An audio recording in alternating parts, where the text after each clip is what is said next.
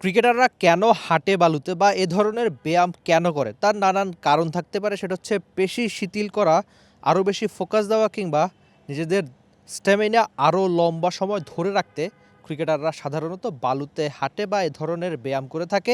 বয়সে ৩৯ বছর ৩০৭ দিন মাহমুদুল্লাহ রিয়াদের, তাই তার চ্যালেঞ্জ লড়াইটা যেন আরও বেশি। আপনি যদি বিপিএল অকশনের দিনে ফেরত যান, প্রথম ডাকে মাহমুদুল্লাহ রিয়াদকে একটা দলও তাদের দলে নেয়নি। তারপর অবশ্য রংপুরের ৩৫ লাখ টাকায় মাহমুদুল্লাহ রিয়াদকে বিপিএলে নিয়েছে। অথচ আপনি মনে করতেই চাইবেন যে সবশেষ দুটো বিপিএলে কিন্তু মাহমুদুল্লাহ রিয়াদ দারুণ খেলেছিলেন, চ্যাম্পিয়ন হয়েছিলেন বরিশালের হয়ে। যেভাবে তার সাম্প্রতিক ফর্ম, বা আপনি বলতে পারেন যে তার ক্যারিয়ারটা তো এখন আপাতত বাংলাদেশের ঘরোয়া ক্রিকেটেই সীমাবদ্ধ।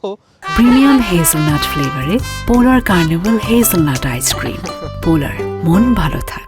সবশেষ অনেক দিন ধরেই তিনি লম্বা সময় ক্রিকেটের সঙ্গে নেই। সেটা লম্বা সময় না বলে আমি সেপ্টেম্বরের শেষে তিনি যে সবশেষ এনসিএল টি20 ম্যাচটা খেলেছিলেন, সেখানেও কিন্তু প্রায় 200 স্ট্রাইক রেটে নট আউট থেকে 44 রান করেছিলেন। তার ব্যাটে সম্ভবত 3টা 4, 3টা ছক্কা ছিল। তার মানে মাহমুদুল্লাহ রিয়াদের বয়স হয়েছে ঠিকই, কিন্তু পারফর্মার হিসেবে তিনি কি এখনও অনেকটাই এগিয়ে কিনা, সেটা এই সামনের বিপিএল যেটা হবে সেখানে হয়তো তিনি প্রমাণ করতে চাইবেন। আমি মানছি তার বয়স হয়ে গেছে, বাংলাদেশের প্রেক্ষাপটে এই বয়সটা অনেক ক্রিকেটারেরই অবসরে যাওয়ার সিদ্ধান্তে বা অবসরে চলে যাওয়ার।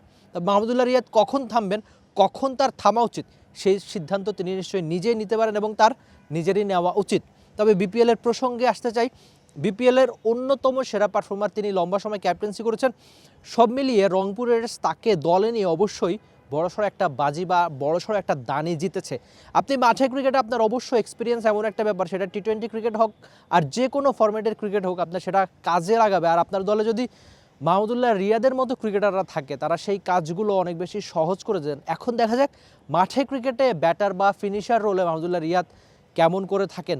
বাংলাদেশের ঘরোয়া ক্রিকেটে, যেটা Dhaka premier division cricket league বা এনসিএল টি20 এ ধরনের টুর্নামেন্ট ছাড়া আপনি মাহমুদুল্লাহ রিয়াদকে আর খুব বেশি মাঠে ক্রিকেটে দেখতে পাবেন না। যেহেতু বাংলাদেশ জাতীয় দলের হয়ে তার ক্যারিয়ারটা শেষ, এখন আপাতত ঘরোয়া ক্রিকেটে সীমাবদ্ধ। বিপিএলটা তিনি রাঙাতে চাইবেন। কেন তিনি রাঙাতে চাইবেন? কেননা তার বয়স হয়ে গেছে, তাকে বিপিএলে প্রথম নিলামে বা প্রথম ডাকে কেউ দলে নেয়নি।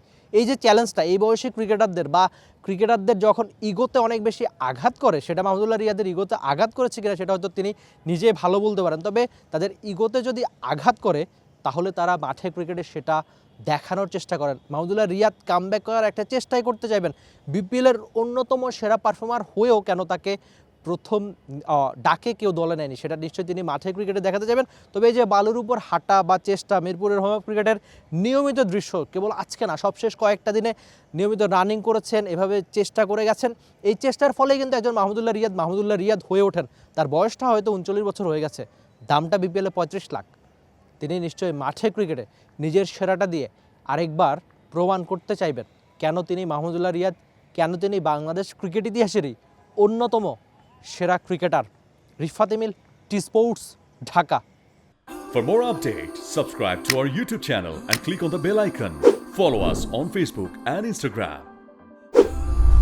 Download T Sports app to enjoy exciting games and highlights. Visit tsports.com.